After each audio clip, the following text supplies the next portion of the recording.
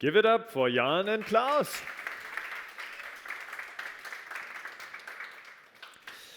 Welcome back to the main stage, and you're probably here for the next talk, focused on developers.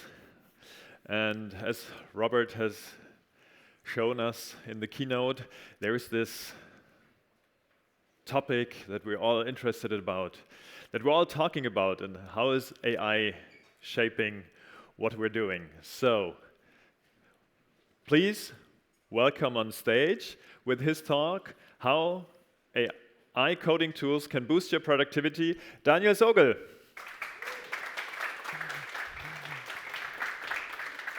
Thank you. Thanks for having me here. Yeah, so welcome to my talk about AI coding tools. And first of all, I want to show you this chart. And maybe you heard of Gartner, so they publish this famous graph showing technologies in the so-called hype cycle. And when you take a look at the top, it's here in German, but it's the latest graphic I found in the internet from their website.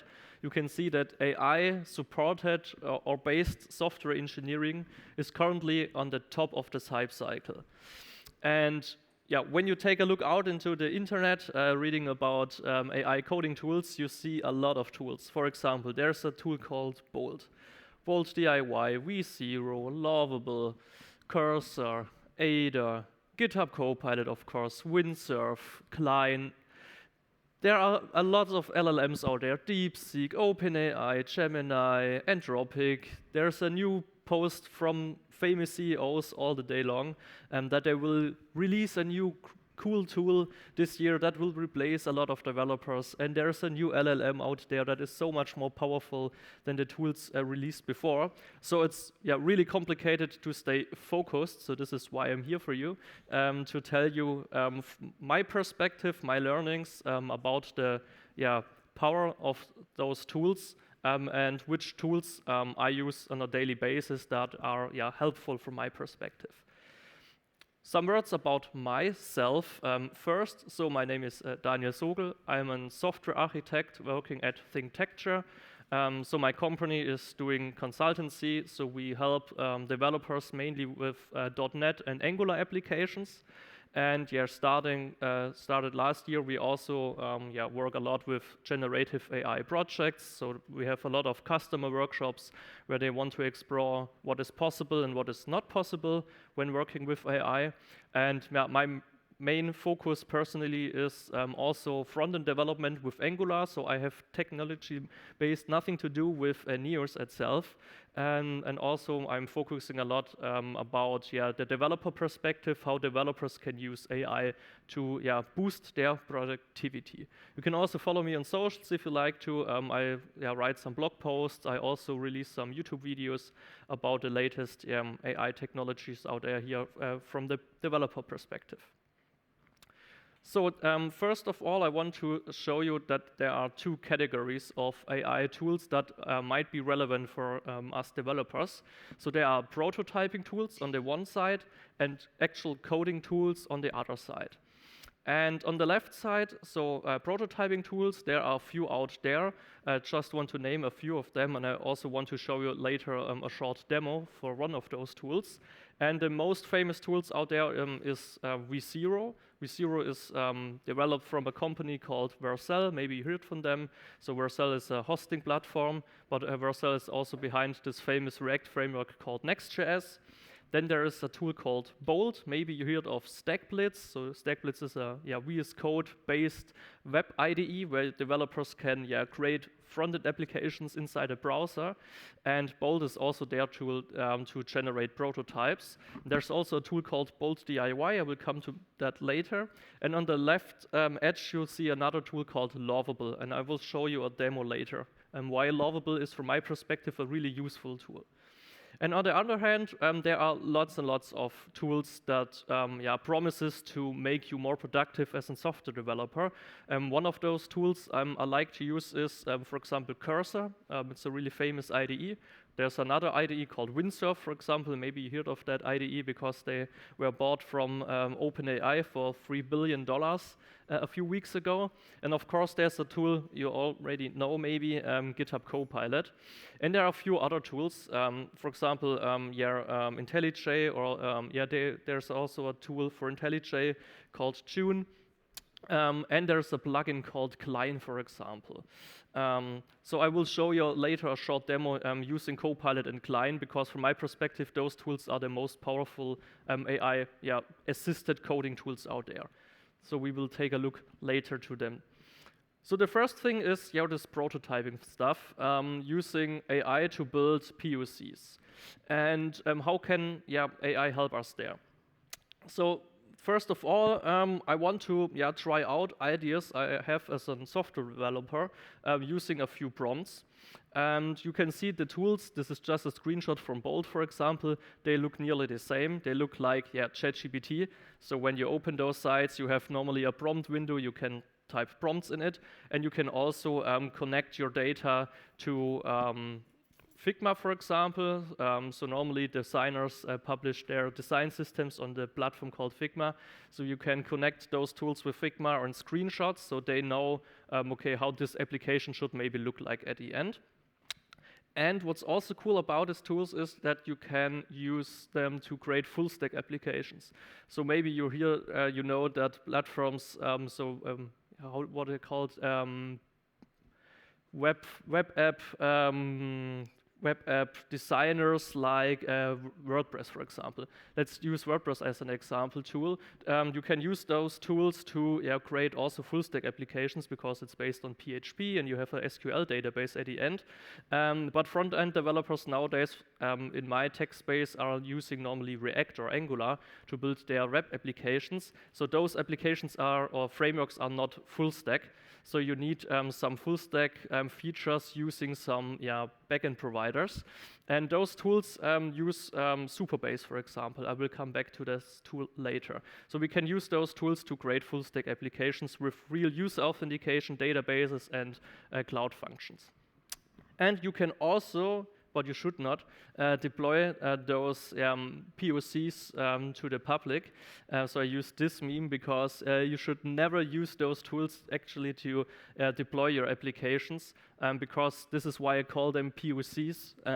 So they are not MVPs applications, there's our POC applications. So we use those tools just to try out some ideas. And I want to give you an example I had in the past. So this is a really long text here, but to keep it simple, I wanted to create a tool that helps me to generate social media posts with the help of the Perplexity API. So Perplexity is the most famous AI-based search engine out there. So I want to use Perplexity API to fetch current knowledge.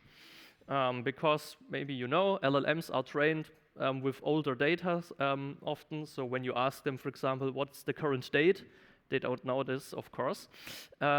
And I also wanted to use ChatGPT at the end to generate the text for my blog, for example, or for LinkedIn at the end. And there are also some more things I like to do. I want to have authentication and also want to persist that data in the database. And the challenge is to solve this in 10 minutes. Does anyone want to try this in 10 minutes? I don't think so. So this is not possible. And this is just one example that I also have with my clients. So they have a lot of ideas, and in the past they came to us and said, okay, please create me a POC for this or that idea. Then our designer created a design. Then I had to define the architecture, and another one is developer has to build the application. And this took us not 10 minutes, but I would say a week or two in the past. But nowadays we can use tools like, for example, Lovable to create such an application in just a few minutes. So what is Lovable? So here's a screenshot of the UI. As I said, it looks like ChatGPT. It's a really user-friendly interface. It's really simple to use, so you can add your prompts, add Figma, add some JSON data or some screenshots. And underneath, it uses React. Maybe it's interesting to know.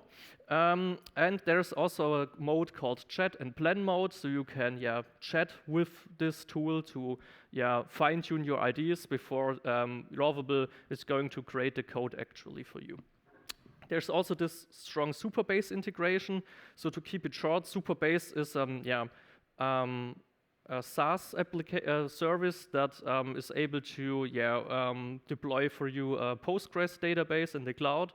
And on this Postgres database, you have user authentication, storage, a normal database, of course, but also something like cloud functions or cloud native functions.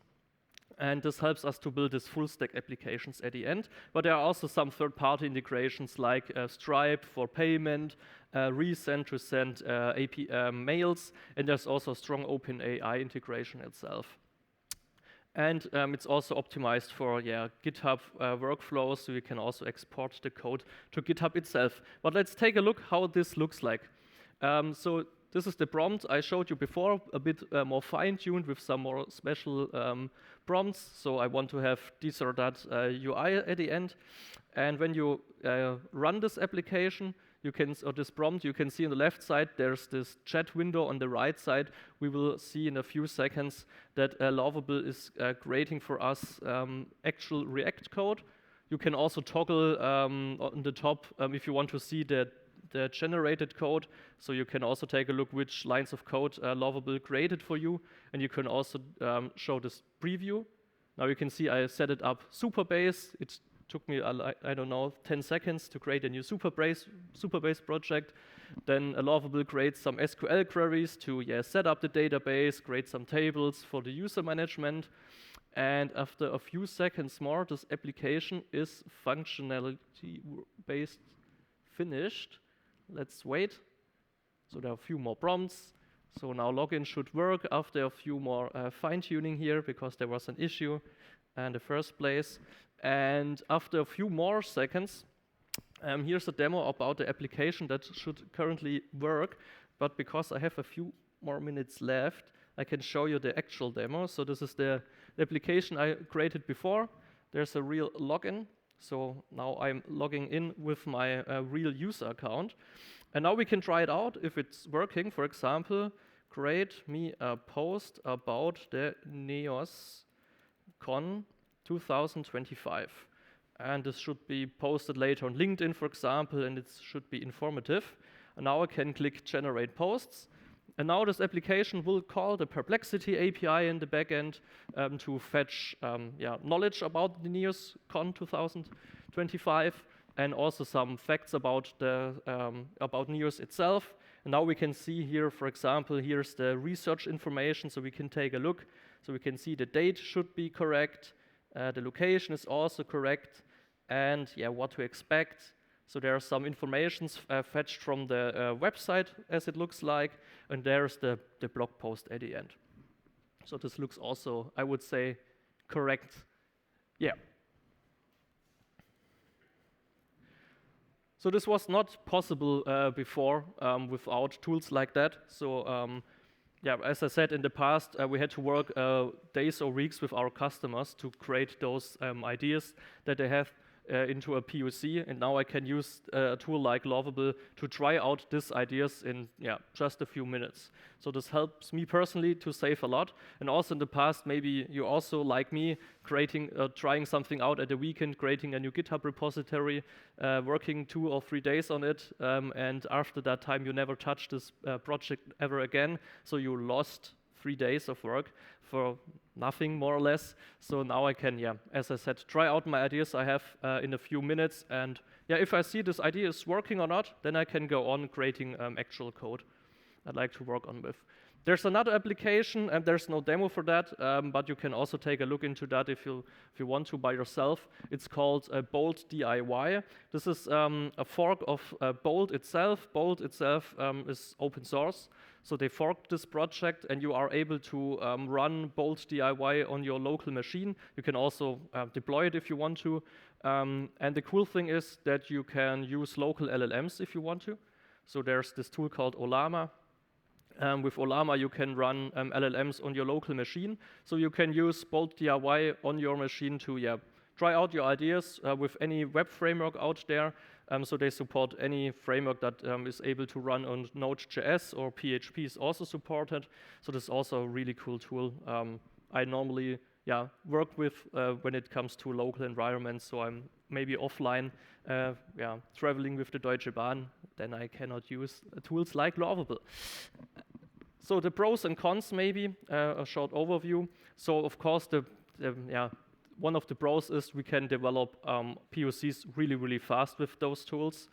We don't need local setup. This is also maybe important, also for my clients, for example. So we don't have time to tell them how they can set up Node.js, how they can set up a database, and so on. So this also saves a lot of time. We get immediately visual feedback. So when we like to change the colors, for example, or maybe increase the font size, there's directly feedback because it's only one click away or one prompt away. And also, I like this Supabase integration. This helps me, of course, to build full stack applications at the end. But there are also some cons. When it comes to those tools, of course, the first downside is costs, so you have to pay a lot. It depends on the project size, but of course you cannot use those tools for free, so you have to pay for tokens. The code is also not ready for production, so you can try out your ideas, but I would never try to use those generated code to deploy it to production, because the code can look messy or there are some bugs maybe inside. And there's also this vendor locked in, so you cannot maybe move one project from Lovable to Bolt DIY, for example, or vice versa, or you can also not use your existing projects to work with those tools. So this is also a big downside. And limited framework support, so mostly those tools only support React. So this is why, personally, I'm a software developer, so I cannot build just the whole day some POCs. Of course, it's a lot of fun to see your ideas working, but at the end, I have to write real working code for my customers, production-ready code. So this is why I have to take a look into, useful tools. And one of those tools I'd like to show later, as I said, is Copilot and Klein. This is the icon on the right side. So for me, important is that those tools I like to use are flexible, so I can use them in multiple IDEs. For example, I work with Visual Studio Code, but a lot of colleagues are using NeoVim or using WebStorm, for example. So I need tools that can be used in various IDEs at the end. And what I also like to do, or a feature that is really important, is that I can give the tools context about my projects. So it's important that those projects know my project architecture, my used libraries, and so on. So this is also important.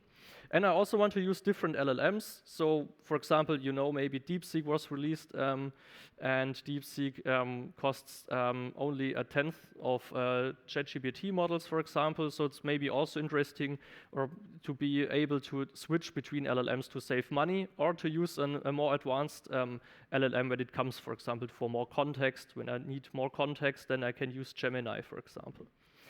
And I also want to use external context like images, documentations, websites, and so on. And this is something I like to use with the help of MCP servers. Do you know what MCP servers are? Raise your hands. 1, 2. Okay, so I will come back to that later. Yes. So let's take a look. The first example or tool I like to highlight is GitHub Copilot, because from my perspective, this tool is cost efficient, because you only have to pay $10 per month to use the pro models. It provides various modes. So there's this chat mode, so you can only ask questions the AI. There's also this edit and agent mode. So the agent mode is able to fetch content automatically. So it scans your project, it understands the context, it can fetches external knowledge from APIs or websites, but it can also create code, generate code, and run commands on the terminal for you. And what's also possible, there are more and more features added to Copilot. For example, you can also review your code. So there's a mode, a code review code mode inside Copilot that helps you to review your code. And you can also use different LLMs. So before I show you a short demo, what is possible nowadays with GitHub Copilot, I want to give you a short introduction what MCP is. So MCP stands for Model Context Protocol, and it's an open source protocol developed by Anthropic. So Anthropic is the company behind the LLM called Sonnet. Maybe you heard of that model. So Sonnet is I would say, currentently the best model optimized for coding. So it's an open source protocol, as I said, and it provides a consistent way for LLMs to interact with external resources.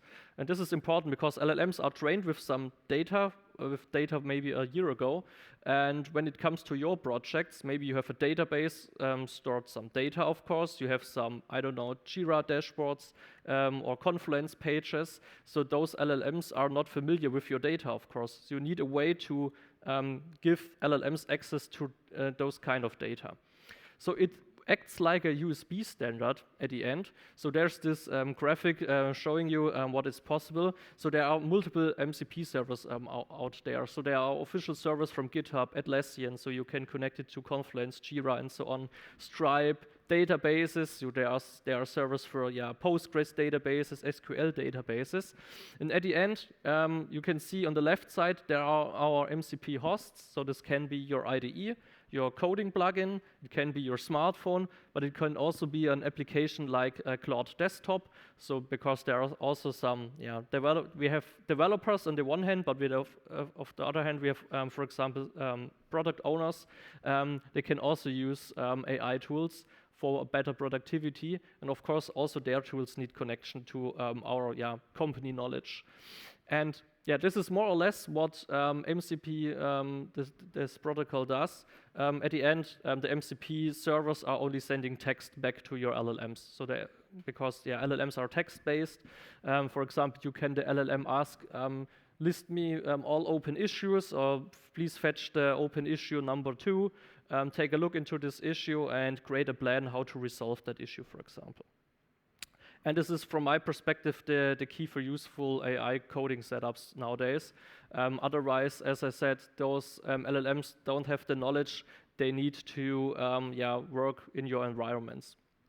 And there's this short demo I'd like to show you. So this is a GitHub repository at the end I'm connected to. And on the right side, you can see the GitHub Copilot agent mode.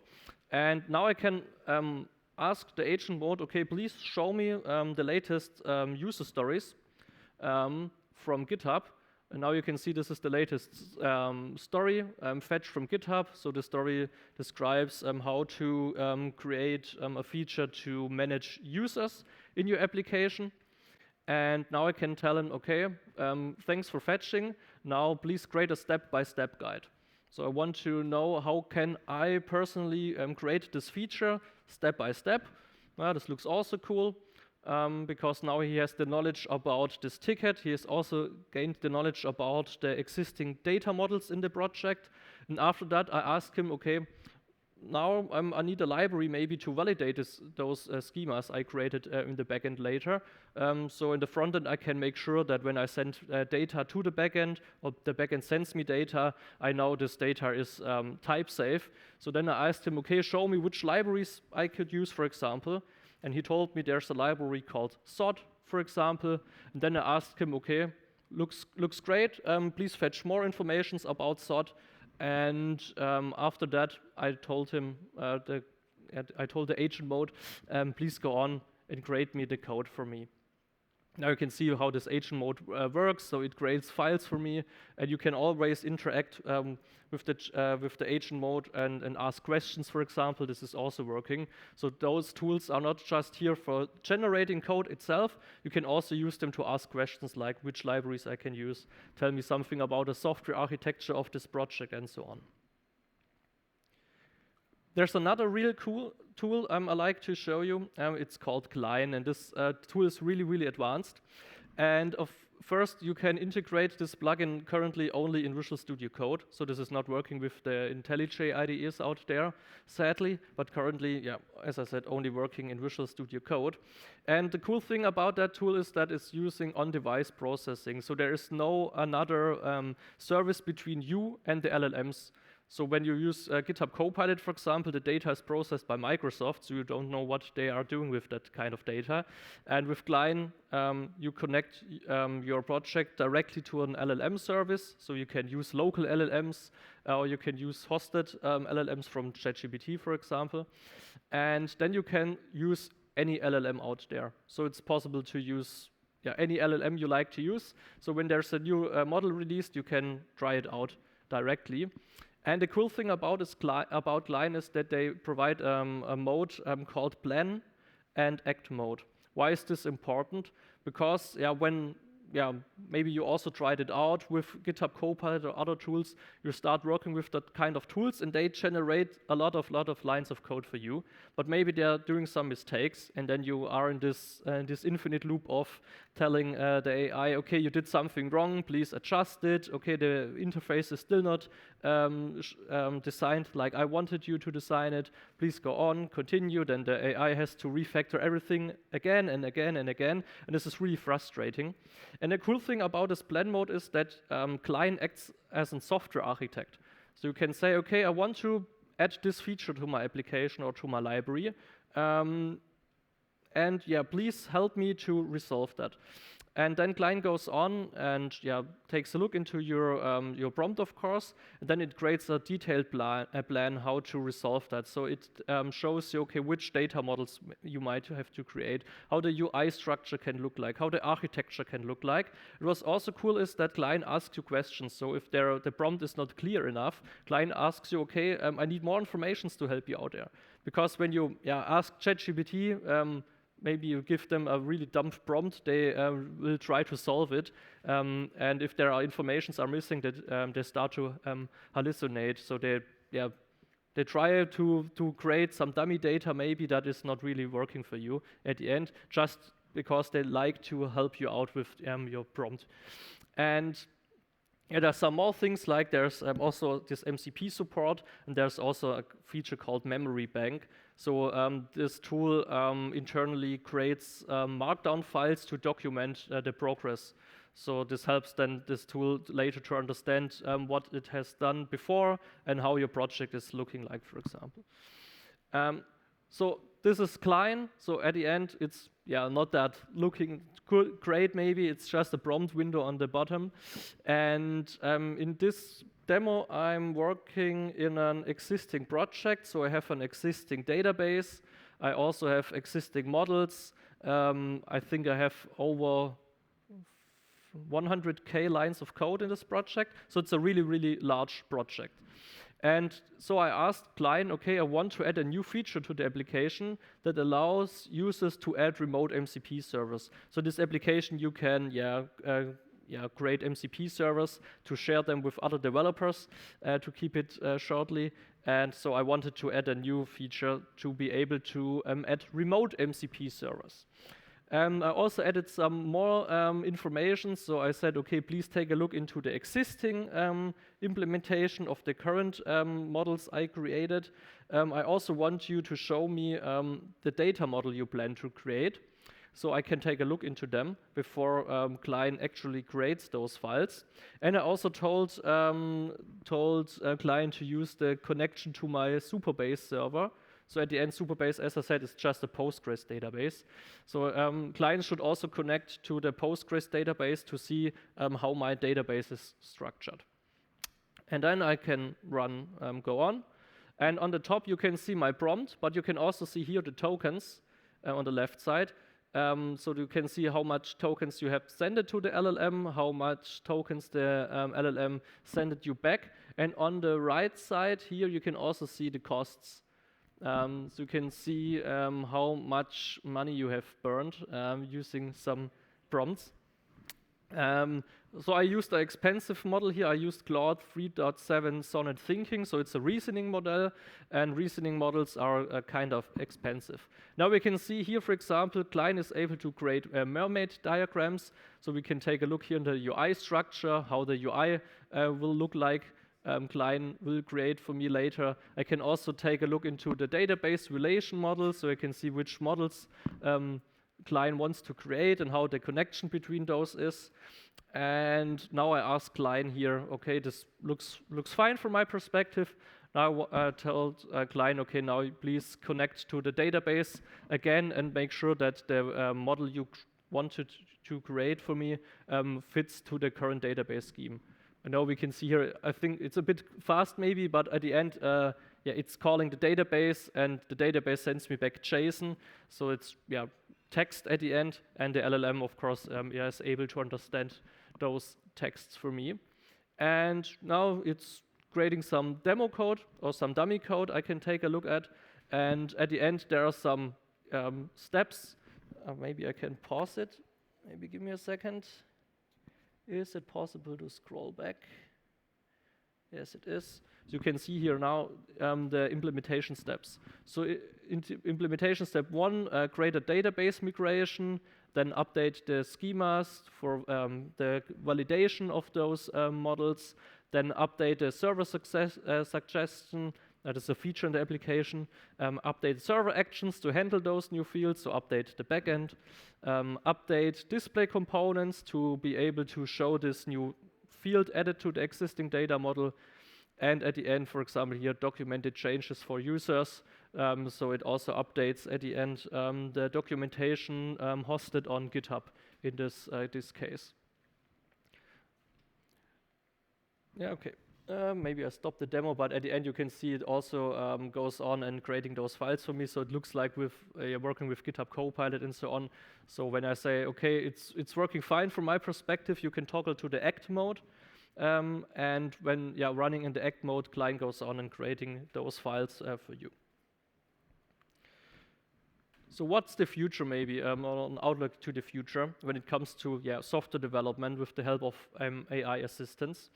So from my perspective, developers use AI tools not in every task, so they use them fine-grained.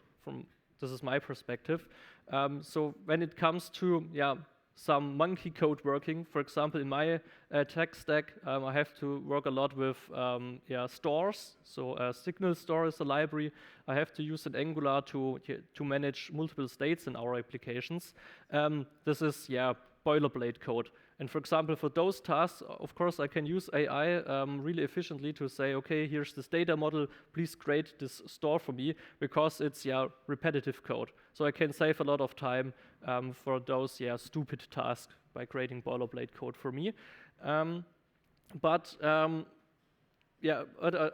think it's also important that we use those tools under the supervision of a developer. So that's also when I talk with clients, they normally ask me, okay, so after showing me those tools, do we even need more developers in the future? This is often a question I hear. And of course, we need developers because you can see those tools can generate a lot of code, but we need people that understand the code at the end, of course. So we need still the knowledge, okay, is this code working? Are there security risks inside? Is this code matching our architecture and so on? So it's really important to have developers that understand what those tools are generating. For junior developers, they can use AI to learn faster. So when I started learning software development, there was something called Stack Overflow.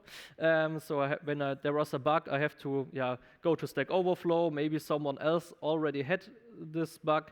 Otherwise, I have to create a new bug report or move over to GitHub and search through the issues. So this took me a lot of time. but of course, at the end, I was able to learn how to use software development frameworks like Angular, for example. But for example, my brother is 6 years younger. He studies nothing that has nothing to do with software development in the end or computer science, but he was able to learn Python in a few weeks with the help of ChatGPT because he asked ChatGPT, hey, I want to learn Python, so please help me to learn this programming language. So you can use AI also to learn a lot. You can also use AI, for example, when you work in an existing project. Okay, please explain me the project, please explain me the architecture, and so on. This is also working really great. AI tools will be part of our software development toolbox, something like Git. So 10 years ago, I would say 10 years ago, I had some colleagues that worked with S4N instead of Git, for example, and now Git is the de facto standard for developers. And I would also say, working with AI tools in a few years will be also the standard. So there will be no, hopefully, or I think so, there's no developer at the end that is not using any of those AI-assisted tools. And what's also important, of course, efficient prompting. So it's important to define what you want to do or what you like to let to generate the AI tools. You have to prompt, of course, and it's important to know how to prompt in a good way. A short cheat sheet maybe that's interesting for you, how I use those tools at the end for my current or daily workflows. The first thing I like to do when it comes to a new greenfield project, for example, I go on and use tools like ChatGPT and ask them, okay, help me to create a good architecture for that project with the needs from the client, or help me to discover some useful libraries or tools out there I can use for this project. Then I start prototyping, so I use Lovable mostly to try out the ideas, my personal ideas or the ideas of the customers, to try them out together with the customer. And if we see, okay, this idea can work, the application looks not that bad, then I go over and write actual code. And normally I use Copilot most of the time, but I also like to use Klein when it comes to heavy tasks, when it comes to architecture decisions, and I need a lot of context, then I use Klein because from my perspective, this tool produces the best results at the end. It's expensive to use, but the results are really good. Then iterative development. This is also important, so don't try to let the AI solve a full task manually or automatically in this case. Just use AI in cases when it makes sense. So don't ask Copilot, please create this feature for me. At the end, it will produce you hundreds of lines of code that might not work. So maybe start with something simpler like, okay, help me to specify the database model for this task, and then you can refine the results of those tools. So this is really important. Plan before execution. And at the end, as I said before, we need humans to supervise those tools. We have to make sure we understand the code that those tools are producing. We also need humans later to optimize costs. So it depends on which models you are using, for example. And the quality control at the end is really important. So we should still be able to understand what those tools are producing at the end. So this was my quick overview about the tools I used for AI-assisted coding. Feel free to follow me on socials, as I said. I and my company producing some webinars for free online. So we'll also find videos about AI itself, so how to set up a rack, for example, if you're interested in something like that. So feel free to follow me on socials. And thanks for your attention. And that's it from my side. Thank you.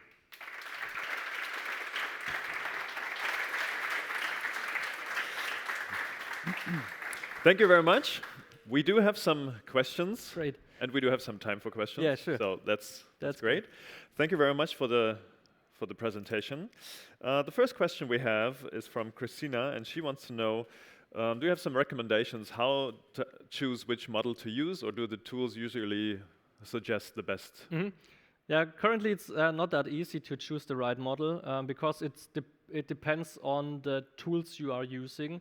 So a few days ago, GitHub Copilot changed their payment model. So they have free-to-use models. So when you use the $10 option, you can use the GPT models for free. But when you like to use models that, for example, are reasoning models, you have to pay up to 10 times more compared to the free plan. So it depends on the task. So when you have a normal task like, I don't know, generate me a unit test, you can use a GPT model because it's cheap and it's simple to use. But if you need more context, for example, in your for your task, because you have a really large database structure, then you have to use LLMs with a larger context window. So you can use, for example, Gemini Pro models. But of course, at the end, they are expensive.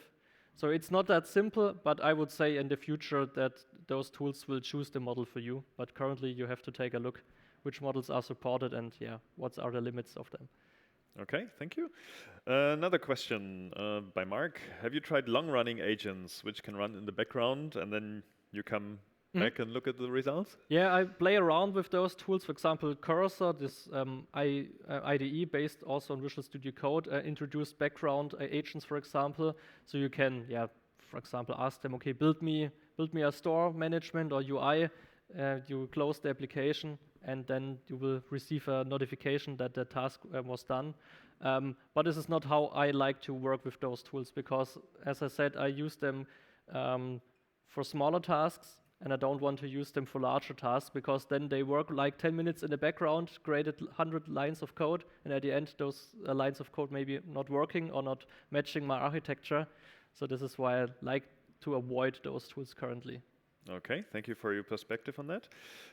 There's another question by Andre. Have you used open source models via Ollama for your work? And do you have specific tips there? Yeah, so the main problem of those LLMs is that they are really slow, of course. I have a maxed out MacBook Pro M3, so it costs, I don't know, 5K. But also on this machine, it's really slow to work with Ollama to run those models. But it's cool for demos. So for example, when I use Bolt DIY, then I can show clients, okay, you can use those tools to connect to your local running models when you work with secure data, for example, so you don't want to share them externally. But at the end, those tools or LLMs are really slow. So yeah. Okay. And another question we have, when you start with a proof of concept, and that is created by using the tools you just showed us, do you use the code created by those tools and transform that into production code, or what's your process there? No, I don't like to use the tool they generate. I would say Lovable, for example, creates good code, so the code is readable. It's, from my perspective, not that bad. But at the end, I don't want to use this code because, for me, it's just a validation of the ideas I have. At the end, when it comes to real production code, it makes more sense to, create code manually by yourself because, as I said, there's this vendor locked in. So those tools create code that fits for them in their workflows. So normally, the code they produce might not fit into your architecture. So you cannot just copy paste it. Try to create the code manually at the end. But of course, you can take a look into the code they produce as a template. But don't try to copy and paste it. Okay, there's more questions coming in.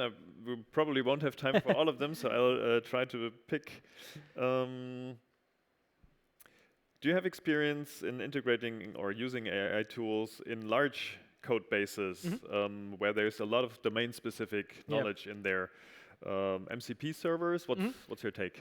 One thing you need to do when you come to an existing project, what's working really good, for example, you can ask Copilot or any other tool, take a look into the code base and create me a markdown file describing, for example, the architecture, some principles they are using in this project, and create me a summary of this architecture or what is important for that tool. And then you can use this markdown file as an extra context for your prompts. So this helps then the LLMs to understand the project itself, because you cannot use the full lines of code in your LLM. This is not possible. So you need to use this workflow, create summaries in markdown files, and provide those markdown files to the LLM. Okay. This helps a lot. Thank you for sharing your insights. And final question, because we've been thinking about the impact of AI and what it costs, not only in terms of money to run that, but of course there's huge server farms and used for our prompts. Do you have a perspective on this environmental impact, the electricity bills we're creating? Yeah, good question. I would argue, I'm not that deep into that topic, of course, but I would argue that I think it's more efficient to use LLMs at the end to produce something, because when you work, I don't know, you sit 8 hours on the monitor, try something out, maybe you save a lot of time, not just time, but also resources when you ask an LLM to create this for you in a few seconds. I would argue this will cost less, maybe. Maybe. I hear some podcasts about that topic in the past, so there are different perspectives to that topic, but I'm not sure if it's this or the other perspective is more right. So yeah. All right. Thank you very much for sharing all those insights with us on how to use AI coding tools to boost our productivity. Thank you so much, Daniel. And we have some speaker presents for you. Great. So we have this nice paper okay, Neos to remind you of your NeosCon experience, and some honey to take home with you. So thank you very much for being here. Thank you for having me.